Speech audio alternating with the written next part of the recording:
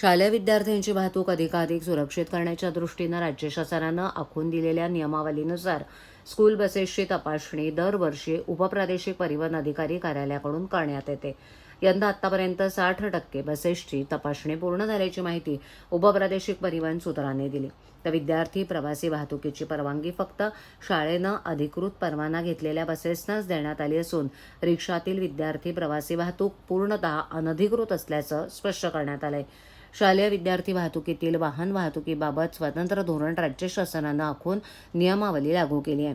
बसमध्ये विद्यार्थ्याचं नाव, पत्ता, दूरध्वनी क्रमांक, रक्तगट, विद्यार्थ्याचे थांबे इत्यादींची माहिती ठेवणं बंधनकारक करण्यात आलंय.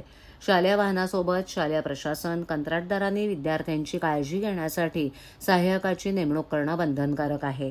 ठाण्यात सुमारे 2,500 अधिकृत स्कूल बसेस असून त्यापैकी 60% स्कूल बसेसची तपासणी पूर्ण झाली असून या बसेसना फिटनेस सर्टिफिकेट देण्यात आलंय. तर या बसेसमध्ये महिला अटेंडन्स असाव्यात असं देखील बंधनकारक करण्यात आलंय. तसंच या बसेसनी प्रति तास 40 किलोमीटरचा वेग ओलांडू नये असं बंधनकारकही करण्यात आलं आहे.